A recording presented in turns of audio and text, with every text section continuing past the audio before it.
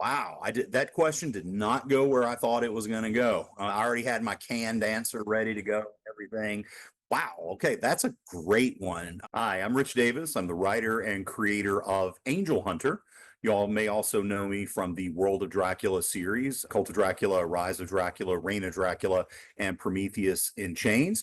You can find me on all the social media channels. It's at Rich Davis Comics, or you can follow my latest comic at Angel/Hunter.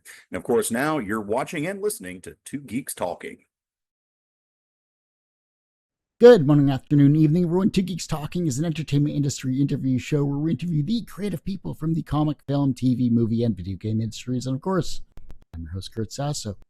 We are joined today by a business owner, a writer, a creator of an amazing, beautiful series called Angel/Hunter. He owns his own comic book store. We have a true geek on Two Geeks Talking here today, like we have every week, but this more so than anything else. We're joined by the ever-talented Rich Davis. How are you doing today? Hey, man, I'm doing better than I deserve. Thank you for having me on the show today. I appreciate it here.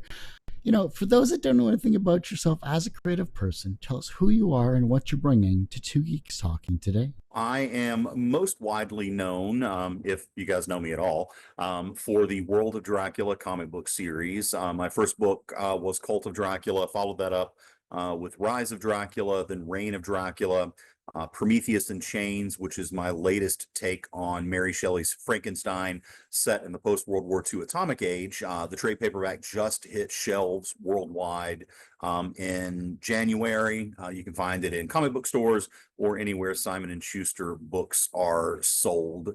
And what I bring to the table here today is hopefully a wonderful discussion about my newest book, Angel Hunter, which goes live on Kickstarter on April the 25th.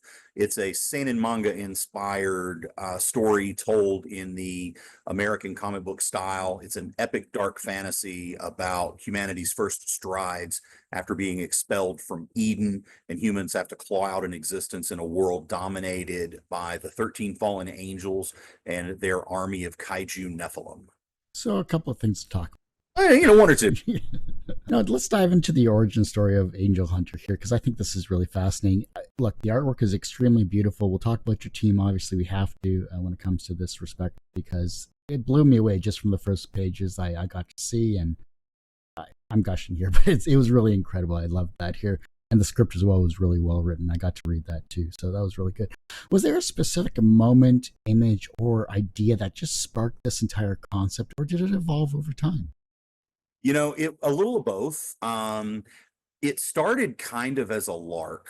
I had just finished writing issue 2 of Reign of Dracula, and a couple of weeks prior to that, I had finished the final pages of Prometheus in Chains. So I was into some really heavy, dark horror stuff. I tell people Prometheus in Chains is by far the most difficult thing I've ever written, because it's such a dark, deep dive into my own post-traumatic stress disorder. And it was difficult, very, very difficult to write. So I needed a break. And I'd been watching a lot of anime, reading a lot of manga, just for fun, because it was different. It broke the monotony of my usual comic book life, if you will. And so I had just finished watching this show called Goblin Slayer. And it's really dark and twisted. If you're under the age of 90, I don't recommend watching it. I don't think you're mature enough for it. But it also had this really cool levity to it. It had some really nice lighthearted humor. And so I just I need a break. I'm going to sit down. I just had this idea. I sat down and I started writing. I wrote like an 8-page little short story, maybe for an anthology or whatever. Really didn't plan to do anything with it. I was just having fun. It was about these 4 heroes with no names. And they make a big joke about being heroes with no names. They go into this cave and they're going to thwart a ritual from the demon lord Moloch, who is creating Nephilim by ripping babies out of women's stomachs who were forced to breed with angels. So, typical lighthearted, everyday Tuesday stuff. Even my fantasies have a little bit of a dark turn to them. But so yeah, I was writing it and I had a lot of fun. I mean, I hadn't had fun like this since probably writing Rise of Dracula issue 3, because it was a fun, fast issue as well. And so I took the 8 pages that I'd finished and I sent them over to Les Garner, who is my artist. We're co-creating Angel Hunter together. I sent it over to him and I said, what could you do with this? And he was looking at it and he was like, I like it. We can do a lot with this. And then I told him that I wanted to do it in the manga style, and he was like, "Oh, I can't do that. No." But we talked about that part, and obviously you can see by the art that it worked. But yeah, that's really the genesis of Angel Hunter. It kind of started as a joke and turned into something that I'm extremely passionate about, and I truly feel like we've got something special with this book. I have the same feelings about Angel Hunter that I had about Cult of Dracula. And Cult of Dracula went on to be a top 50 best-selling comic of 2021, nominated for Eisner and Ringo Awards, won a Rondo Hatton Award. So I have that same feeling about Angel Hunter. I think we've got something really special. Yeah, that's what I loved about it, because it blends familiar tropes with, focusing on characters. And I think character development and design is rather important when it comes to, especially script writing, whether it's TV or film, or whether it's in comic or a novel for that matter. How did you balance, paying homage to these genre conventions while ensuring that your story feels fresh and unique? Because it is definitely fresh and unique. No, thank you. Yeah, that was a very delicate balance, because this is a manga inspired dark fantasy. I'm careful not to call it a manga because manga has very special meanings to the Japanese culture. It's a very important medium for them to enjoy stories. So going into it, I wanted to be exceptionally respectful and to adhere to the rules and the framework of how a story is told, the certain types of characters that you need to have, the style of appearance. Even though manga isn't just shonen manga like One Piece and Pokemon, it's a very diverse storytelling medium, and we leaned a bit more toward Berserk, Attack on Titan, Battle Angel Alita. That was kind of the style that we went, but we wanted to make sure that we respected the rules of hairstyles for certain characters, as an example, because the hairstyle for a character gives the audience or the reader a clue as to who this character is going to be. Certain characters have certain hairstyles, and then of course the proportional aspect of the art, with the eyes being exaggerated, and the faces sort of resembling cats. We wanted to adhere to those things, but we also wanted to tell our story. And both Wes and I have a strong background in American comics, so we never let the rules get in our way, but we always let the rules define the world we were playing in. And I think the final result, I think we threaded that needle pretty well. I think fans of manga and anime are going to see the things that they love and they're familiar with, and fans of American comics, they're still going to get the things that they look for in a book. And then both sides can can learn a little bit about each other's methods of storytelling. So yeah, I feel really good about Angel Hunter. I think we've respected the Japanese cultural attachment to manga while still doing what Americans do best, which is take something, make it our own, and do something cool with it. Honestly, the reverse can be said about the Japanese culture in itself, because reverse engineering seems to be cultural as well as ubiquitous across the world when it comes to finding something that people can Right. gravitate. What's your process for adapting these ancient stories into something accessible and engaging for the modern readers? And then the part two is, have you ever faced pushback or hesitation when using religious type theme. Yeah, that was probably the second most difficult thing that I had to do while writing Angel Hunter, because anytime you're dealing with a people's religion, you're dealing with something exceptionally personal to them. And so as delicately as we had to handle the manga cultural influence in Japan, we had to exponentially pump that up in being delicate with dealing with people's religions. I'm a person of faith myself, so I maybe approach it differently than some people would. I had a concern about not offending people of other faiths. Some comic book creators, they don't care, they just go in and do whatever they want to, and you deal with the fallout. But I didn't want Angel Hunter to have a shock jock value. I wanted it to be something that people would connect with and resonate with, and just find an appreciation for the subject matter, regardless of what your personal religious beliefs are.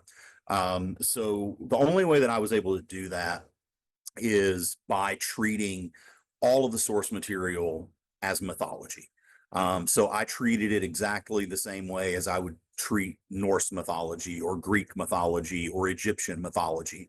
I took the faith aspect out of it, and I looked at it purely as stories for source material.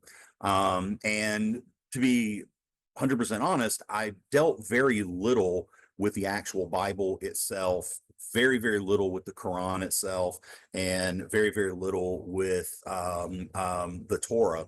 But I did draw from all of these sources. While I was doing my research, I discovered that the things we know about angels, most of them don't actually come from the Bible, at least in regard to things like the war in heaven, Lucifer being cast out, things of that nature.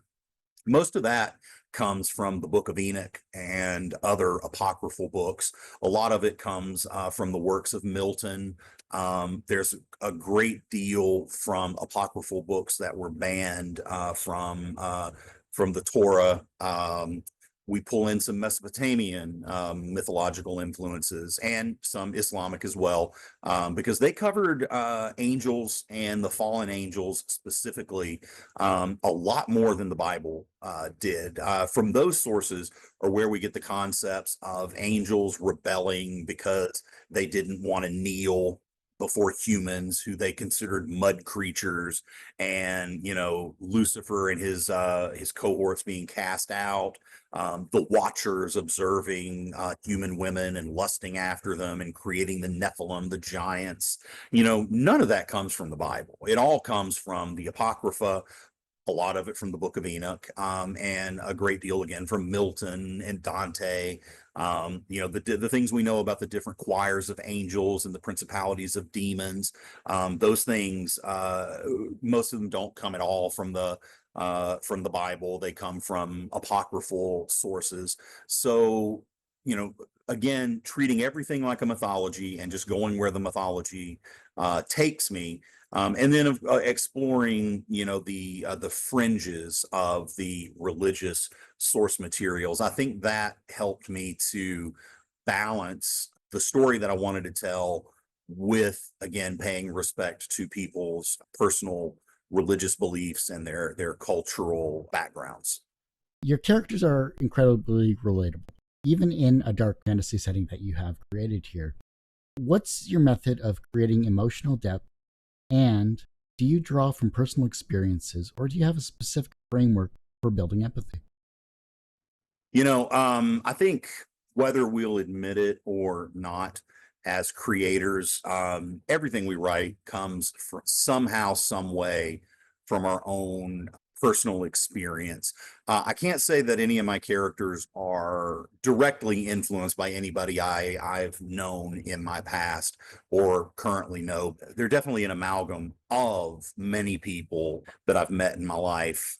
To answer your question of how do I create characters, I don't necessarily create characters. I think the characters are already there.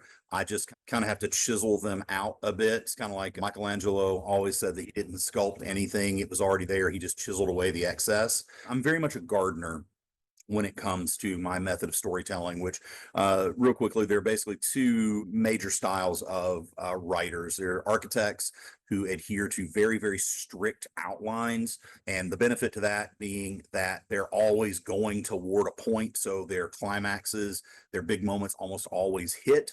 The drawback being that their characters sometimes feel stilted or forced into unnatural things that they wouldn't normally do. Me being a gardener, I have a very loose outline, broad strokes. These are the ABC high points I'm going to hit, and the characters tell me where they're going to go from there. They write the story, I just kind of dictate it. The benefit to being a gardener is that our characters almost always feel alive, and the situations they find themselves in most often feel natural, like they belong. The drawback being sometimes it takes us a long time to get to the damn point, and sometimes the point just falls a little bit flat. Luckily, I've been more able to hit my crescendo than a lot of people maybe, and I'm sure eventually I'm going to completely fall flat on my face with an ending, because endings are hard. But I've been lucky so far. The ending of Angel Hunter is probably 6, 7 years down the road, so I don't have to worry about missing that mark just yet. But yeah, my characters, they tell me who they are, they tell me where they're going.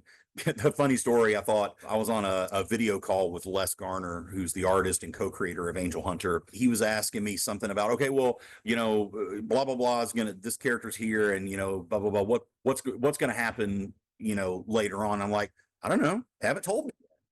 And Les just froze, and his jaw just dropped, and he's like, if it were any other person but you, I would be worried right now, Rich, but I know you know what you're doing. It's going to be fine. But goddamn, figure it out. I love it. That's great. So, who are the four main characters? Because I'm not going to butcher them on my own show. So, who are the four main characters that have all incredibly complex inner struggles? And which character of these do you personally relate to, and why? Oh, wow. Those are great questions. I relate to them all in one way or another.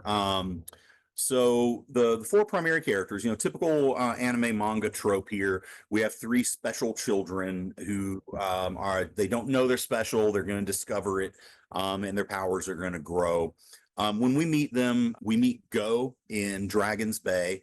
He's the Naruto of our story. He's not exceptionally gifted at anything, but he is ridiculously committed, and he has a will of iron. He refuses to lose. He will not give up. Go is a paraplegic, and physically there's absolutely nothing special about him, but he does have this unrelenting juggernaut willpower. Go is going to discover very quickly that he can borrow the powers of the beast gods. So he'll first meet Leviathan in his hometown of Dragon's Bay, and he's able to borrow a little bit of Leviathan's power to achieve a specific task that's very relevant at the time. But the drawback, what he's going to find out much, much later, is the more often he borrows power from the beast gods, the more beast-like he becomes himself. I think Go is going to be a very relatable character, just simply because he overcomes his challenges, and he just absolutely refuses to surrender. I think there's something that we can all relate to with Go. Saoirse is probably my personal favorite character. She has magical powers, so she's the magical girl. She is being raised in the Grand Athenaeum, where she's being trained to understand how to use her magical powers. She has the ability to manipulate darkness. She can turn it into tangible things, such as in the very first volume, she's able to manifest these tendrils of darkness that snap into her enemies' bodies, grasps their souls by the spine and rips them out. And then she consumes those souls, and it drives her magical power. Saoirse's drawback is that the more she uses her power, the more of those souls she consumes, the closer to madness she becomes. Saoirse's fun to write because throughout the entire story, you're just waiting for her to break bad. You just have it in the back of your mind that she's going to be a villain, and she is exceptionally tempted every single step of the way. And the fun part of her story is deciding how long she's going to fight it, when or if she's going to give into it. And if she does give into it, what's she going to do with it? I like to tell people that I don't write heroes and villains. I write protagonists and antagonists, and I leave it up to the reader to decide who's heroic and who's villainous, because I think the best villains all think they're doing things for the right reasons. And now that's not to spoil and say that Saoirse is going to break bad. It's just out of the three that we meet in the beginning, she's the most likely to break bad, because all three of these characters, they have to decide really, because this isn't giving anything away. You see it from the very beginning. They're Nephilim themselves. They're half human, half angel. But for some reason, our three special children did not morph into the monstrous, giant, mindless Nephilim. They maintained a good balance with their humanity and their sanity. So one of the conflicts of the story is the question of which world do these protagonists choose to belong to? Are they going to lean toward their human side and help protect humanity and establish the foothold that humans so desperately need? Or are they going to embrace their angelic lineage and join with the 13 fallen angels and wipe humanity from the face of the earth? All three of our primary special children will have that same common storyline throughout Angel Hunter. I hope that I don't make it obvious which choice they're going to make. I really want that tension as you continue to go through the story. That'll get us to probably the most fun character to write. The name of the character is Azar Raza, which is a palindrome. And it's actually two characters. Azar Raza is a twin soul. It's two souls inhabiting the same body. Each one is fighting to exist. The only way that they can exist in the world at the same time is if one of them inhabits the body of a corpse. And the corpse will, corpses decay, of course. When they're inhabiting the corpse, it decays rapidly. So if they don't get back to one another by the time that corpse, decomposes completely, they cease to exist. So it's been really fun to write scenarios, even though in volume one, you only get to see that a little bit. Their struggle, we're just teasing your introduction to it. But writing further volumes, it's been a lot of fun to write them. Azar is the male half. He's very strategic, very calculating, very cold. He definitely fills a role in the traditional manga storytelling style. There needs to be a character like him. And then Raza is his twin sister, I suppose. She's kind of insane, but she's also extremely fun. She's more of the id, the embrace the impulses, do what she wants to do. Don't think about it too much or it'll slow you down type. That's kind of her approach to things. So they're a really fun pair of characters to write, because sometimes they're arguing with themselves, like literally, we're talking like Lord of the Rings style, Gollum on the, the stones or whatever. They're fun because they give me an opportunity to add a lot of levity to the story. A lot of the humorous moments, the comedic moments in the story come from Azar Raza, mostly from Raza. But they're a perfect Laurel and Hardy setup. You got the straight man and you got the kooky guy, Raza being the kooky person and Azar being the straight man. They've been really fun to write. I've enjoyed writing their stories because I can write something really dark, about, demons ripping infants out of, pregnant women's bellies. I can write that for 2 days and then jump in and spend an afternoon writing in Razaz's brain, and everything's fine from there. And then the last of our four primary protagonists is Shiroi Majo. She is the White Witch of Edessa. She is the high priestess in the Temple of the Radiant God and general protector of the realm. She's known as the last surviving hero of the Third War of the Fallen. And that war was where Moloch was defeated and banished to the netherworld, and his efforts to raise the Prince of Demons was thwarted. That was called the Third War of the Fallen. And Shiroi Majo is believed to be the only survivor of that war.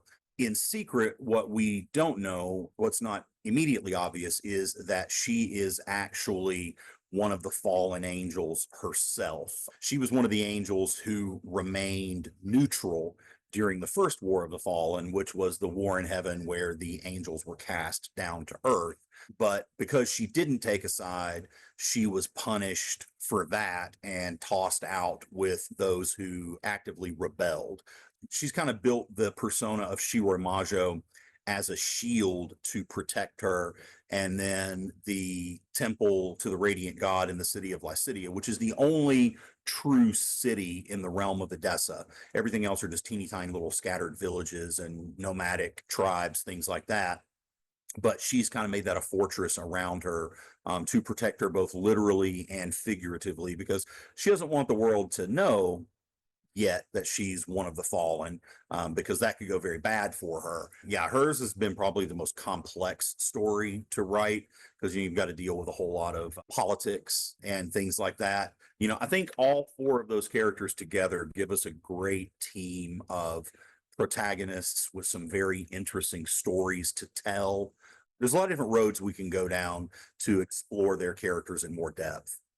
Duality seems to be like that common theme with your characters. There's a positive, there's a negative. I think that's a great style of writing, and I think a lot of people who don't plan out their characters don't dive into that enough. They just think of the positives, or they think of the story points, and that, I want to get from point A to point B.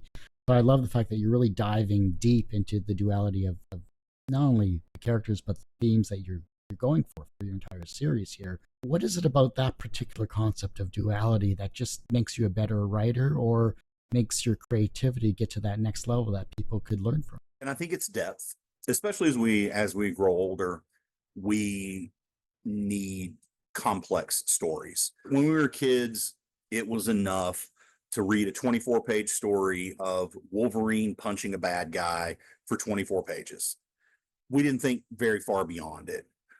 But then we grew up, and that's kind of boring, so we need stories with more depth and more complexity. And the way that I feel best able to create that complexity is with duality, because and this is not a new concept that I'm coming up with here. It's been the source of philosophical and psychological fiction, ponderings of humans, probably since we've been able to ponder. Who are we? What makes us? That balance. We all exist with a balance of good and evil. None of us are angels. None of us are demons. We're all humans, and humans are a little bit of both. We're good, we're bad. The universe requires that light and dark. Action has an equal and opposite reaction.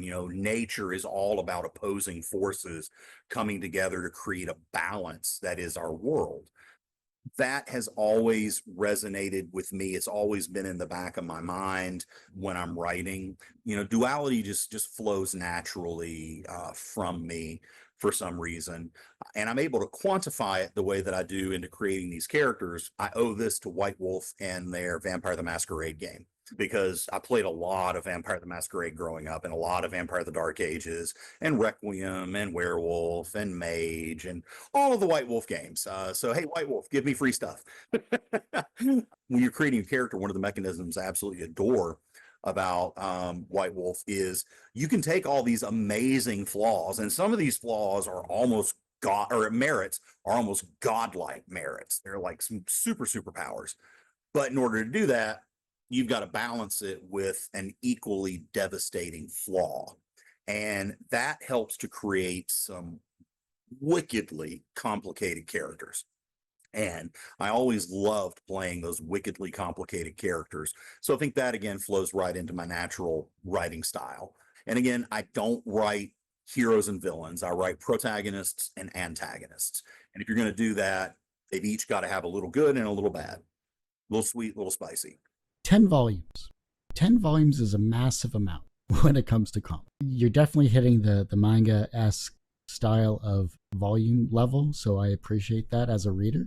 So I thank you for that. But why is 10 volumes important to you to create for this series, and how do you plan and structure that? 10 volumes, it's 10 volumes because that's how long I think I'm going to need to tell this story.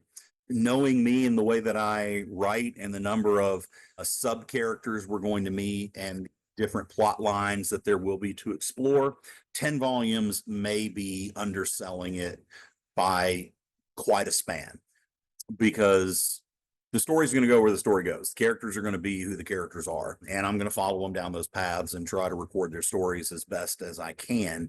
But yeah, we've mapped out Angel Hunter to be told over the span of 10 volumes, which would be the equivalent of 10 comic book trade paperbacks. We've essentially skipped the floppy phase, and this is me speaking from my own personal experience. Everybody's going to have a difference, but I believe floppies are dead when it comes to independent and creator-owned comics.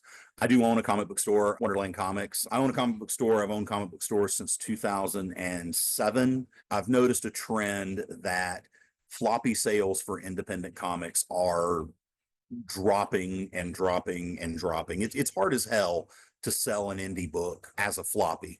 Trade paperbacks, I can't keep them on the shelves. Those, especially those $9.99 Image Volume 1s, no exaggeration, they represent about 63% of my total orders throughout the entire year goes to trade paperbacks, graphic novels, hardcovers.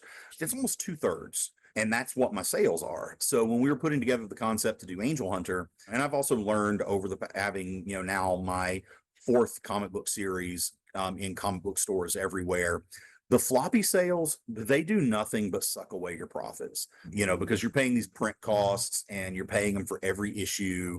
And every issue, you're going to be printing fewer books, which means that it's going to be more expensive every time to print, because the fewer copies you print, the more expensive it is. The economics of floppies just don't make sense to me anymore. So we decided to go manga style with volumes. Volume 1 is our shortest volume. It's only 96 pages.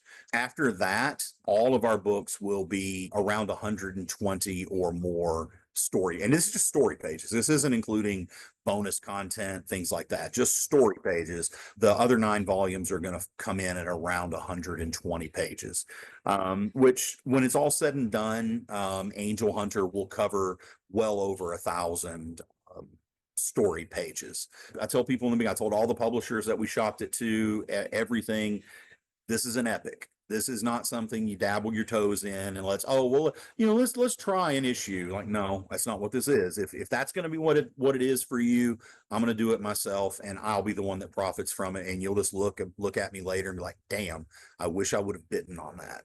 It's an epic, and it has to be an epic. Going back to what you were asking, how do you build this? It's very complicated, because each volume that you have has to have a specific and satisfying beginning, middle, and an end. And then every arc has to have a satisfying beginning, middle, and end. And then your overarching plot has to have a satisfying beginning, middle, and end. And then somehow all 3 of those things have to blend together to create an epic, satisfying beginning, middle, and end. So it requires a lot more strategic planning than I normally would when I'm writing just an issue of a comic or, a 5-issue arc of a comic. There's a lot more planning that goes into it. To give you an example, right now, Volume 1 is in the can. Letters are going through editing right now, and that's it. Volume 2, I'm well into the script, writing it. Volume 3, is has a very detailed outline, and then 4 through 10 have loose outlines for each volume. I keep a whiteboard in my office, where I write notes and plot lines and cross things out, just to remind myself of, hey, don't get too distracted here, because remember, you got to go over here and eat this birthday cake or whatever. But it requires a lot of dedication and a lot of organization and a willingness to stick to your plot, but also the flexibility to adapt your plot when necessary. The art's beautiful. You've worked with Les before. What was the piece of artwork you got back from Les that was way better than what you had in your script? Pretty much every page after he accepted that we were doing a manga inspired book. Les and I, we're like brothers. I mean, Les has literally worked on every book I've ever done in some capacity or another, either as a cover artist, or he did backup inks on Prometheus and Chains.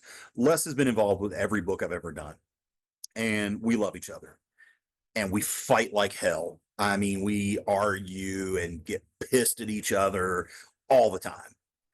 But just like brothers, we also love each other, and we come back together and we realize, okay, we're doing something special, not only for us, but for each other. And so we want to give our absolute best for that purpose. Les in the beginning was under the understanding that manga was all One Piece, Pokemon, essentially shonen manga aimed at little kids. And I just like, Les, read Berserk. And he read Berserk. And then I was like, read Attack on Titan. And he read Attack on Titan. I was like, read Battle Angel Alita. And he read Battle Angel Alita, and so many other things. And he was like, it was like a light bulb just went off in his head. And he was like, I get it.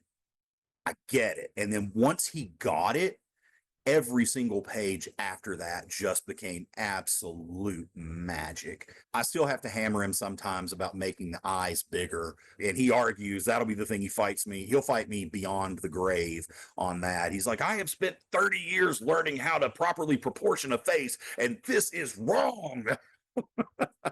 But anime has to have the slightly large eyes. They don't have to have like the giant googly eyes, but the eyes have to be a little exaggerated. And that's probably the thing he's fought me on the most in creating these characters, is the proportions of the eyes.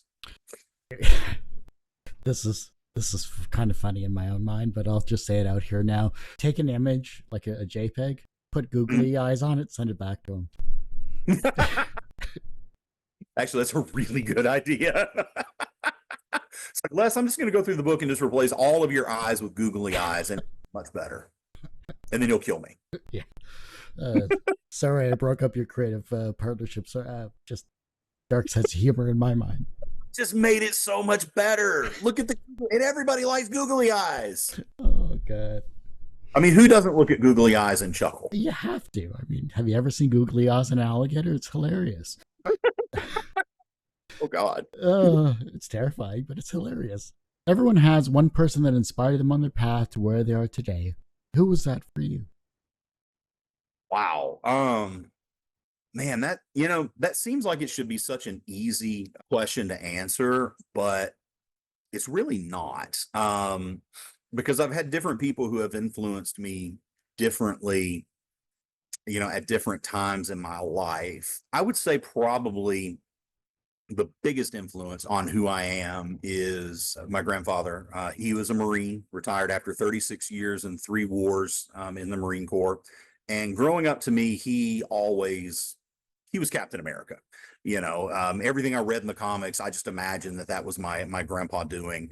He taught me a lot about how to be a good person. I'll never forget 2 huge moments that really stood out that I think really shaped my character.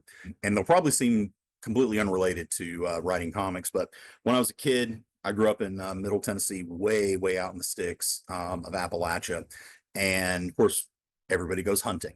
So I talked my grandpa and my dad into taking me hunting one day. I'm out there, and we're waiting around forever. And finally, a deer comes up, and I had a shot. And I was looking at it down the scope, and I turned to my grandpa and I said, I don't want to kill it. And he said, then don't. And that was the last we ever said of it. And it was, I think what that taught me was that there is no hard and fast, set in stone way of being a man. You can be whoever you want, however you want, as long as you're true to yourself. I mean, Polonius in Hamlet, this above all to thine own self be true, and then it must follow as the night the day, thou canst not then be false to any man. That's brilliant. And I think that encapsulates that moment pretty well.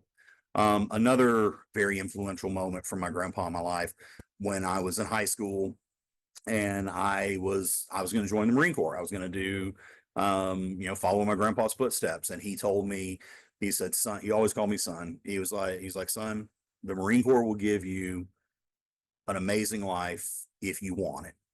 But if you can do anything else, do it. And I think that taught me to kind of say to hell with what people expect me to do and to do what I want to do. I think my grandpa taught me a whole lot about being myself and not necessarily conforming to what the world expects me to be. And I don't think I would be who I am without those and similar lessons in my life. So yeah, I would say that my grandpa probably had the strongest influence on how I turned out. It's beautiful. I like that. From a professional standpoint, you have created 4 amazing comic series. You've done amazing work as well, but we haven't dived into, which means you have to come back on the show, talk about whatever else you've done, because I would definitely want to have you back on. Anytime. I would love to come back. This has been a lot of fun. Because I'd love to pick your brain about business, about comics, about everything like that. From a professional standpoint, you are successful. Do you consider yourself personally successful? No. Imposter syndrome is real. And I've discovered the longer I stay in the world of comics, the more real imposter syndrome becomes, because I see it with so many of my peers, which is kind of weird to call some of these people my peers, because, I grew up idolizing them and the things that they did. But we all feel like we're one bad book away from flipping burgers. It's Batman's The Killing Joke. You're just one bad day away from being me. And so there's a lot of pressure that comes from that.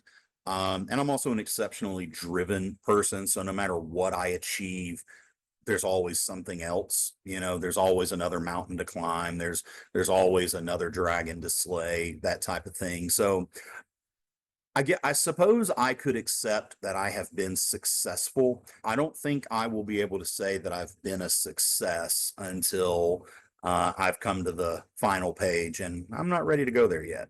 The reverse of success is failure. How do you deal with your failure? You take it in stride. You go back to the old adage, this too shall pass, and it will.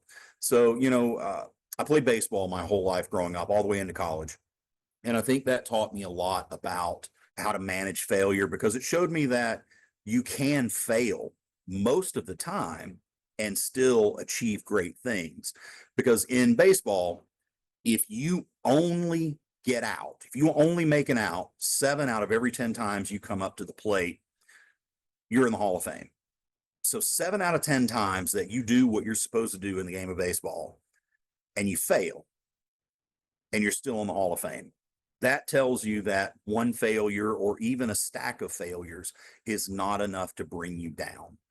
So I always remember that. Everybody fails. I've fallen flat on my face with some things. Most of the time when I do that, it's my fault. You can go back and you can look and you can see the mistake that you made.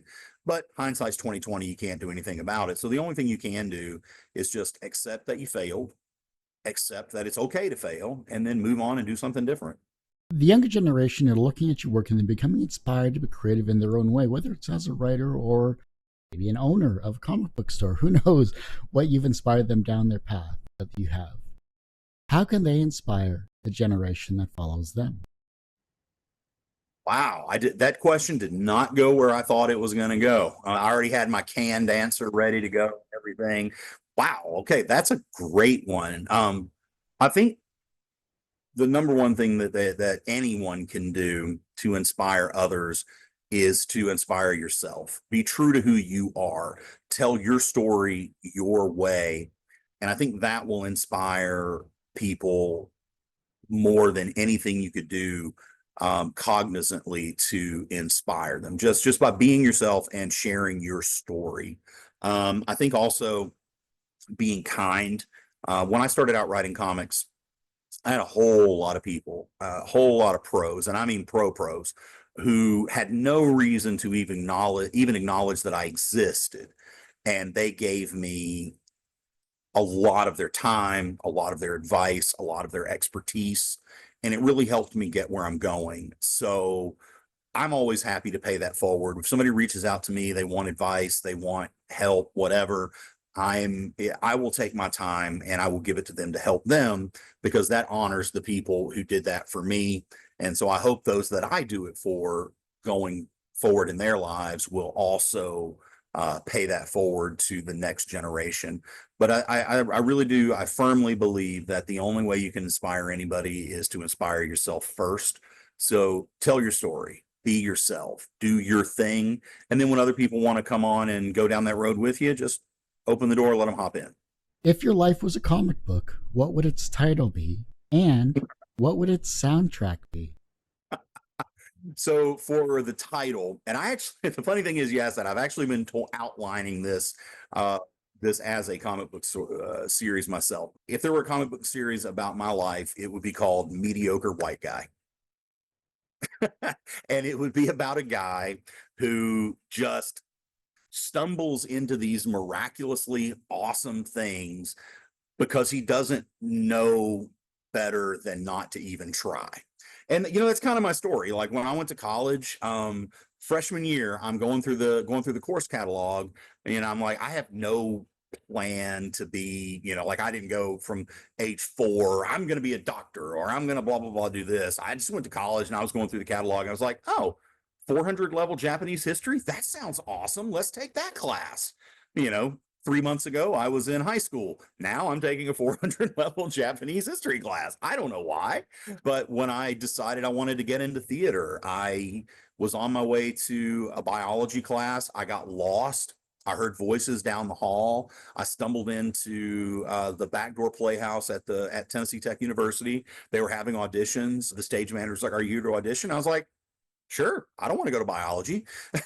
And so that launched a career in theater. I ultimately, when I graduated with a theater and a film degree and a business degree, again, because I couldn't pin myself down to one major, I opened a theater. And it all happened because I stumbled into an audition. In working in radio, I had a nice 7-year career working in radio, and it was all because I just saw that they were hiring at a radio station, and I just went in, and I didn't even go through the application process. I just went in and I asked if I could speak to the station manager, and we sat down, we had a conversation, and boom, all of a sudden I'm hosting a radio show. I worked for 2 presidential campaigns kind of the same way. I went in as a volunteer and I just started taking responsibility for certain things. And then a couple weeks later, I was a paid campaign staffer. It's so, yeah, Mediocre White Guy would be the name of my autobiographical comic book series. Yikes. Probably something like In the Hall of the Mountain King. I think Empire Records, the soundtrack for Empire Records. I don't know exactly how that's relevant to my life, but if I could choose a soundtrack to be relevant to my life, then I would choose that one because it's just awesome. Love it. Well, I hate to say it, Rich, but that ends this particular episode of Two Geeks Talking. I want to thank you so much for being on the show. Man, Kurt, thank you so much for having me. It was an absolute pleasure, and I'll be happy to come back anytime. For those that want to support you, of course, your Kickstarter campaign, where can we find all of that stuff and everything else you'd like to promote? Yeah, please go to kickstarter.com projects Angel-Hunter, or just search for Angel-Hunter on Kickstarter. That will take you to our Kickstarter pre-launch page. And from the bottom of my heart, I beg you, please click on that notify me button. It doesn't commit you to backing the project, though I do hope that you will, but it does sign you up for notifications, which really helps us with the Kickstarter algorithm to get our book exposed to more people. If you want to find me on the socials, it's real simple. It's just at Rich Davis Comics on all of the major social networks. If you want to follow Angel Hunter, it's at Angel/Hunter, and you can find all my horror stuff at World of Dracula on all of the socials. I try to keep it super simple. Well, unfortunately, that ends this particular episode of Two Geeks Talking. You can, of course, find this interview and 1,200 plus others on our YouTube channel because my website is completely borked. youtube.com/TGT Media. You can, of course, find all of our podcasts on twogeekstalking.podbean.com. That's TWO, not the number 2. That is something you don't want to go to. TWO. It's a word. Use it. As I say every week, everyone has a story to tell. It's up to me to help bring that out. Thanks for listening and watching on Two Geeks Talking.